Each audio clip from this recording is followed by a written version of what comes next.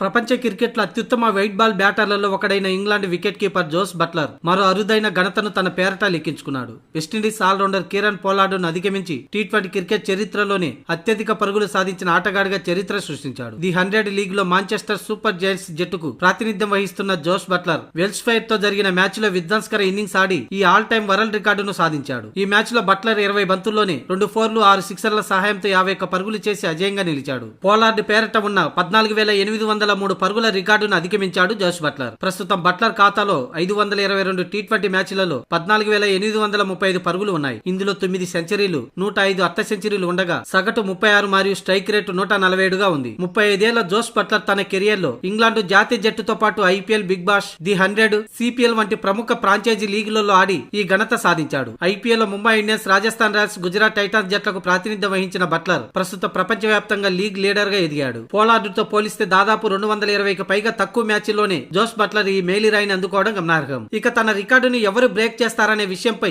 Jos Buttler స్పష్టతనిచ్చాడు. ప్రతి cricket అభిమాని ఈ అద్భుతమైన ప్రదర్శనను ప్రశంసిస్తున్నారు. అందరికంటే ఎక్కువగా తాను అత్యధిక టీ20 పరుగులు సాధించడం ఎంతో సంతోషాన్ని ఇస్తుందని బట్లర్ తెలిపాడు. అయితే ఎప్పుడో ఒక సమయంలో ఎవరో ఒకరు ఈ రికార్డును అధిగమిస్తారని అభిప్రాయపడ్డాడు. అయితే ఎక్కువ శాతం యువ ఆటగాడు వైభవ్ సూర్యవంశీ తన రికార్డును బద్దలు కొడతాడని గట్టిగా నమ్ముతున్నా అంటూ జోస్ బట్లర్ వివరించాడు. ఈ వ్యాఖ్యలు ప్రస్తుతం సోషల్ మీడియాలో వైరల్ అవుతున్నాయి.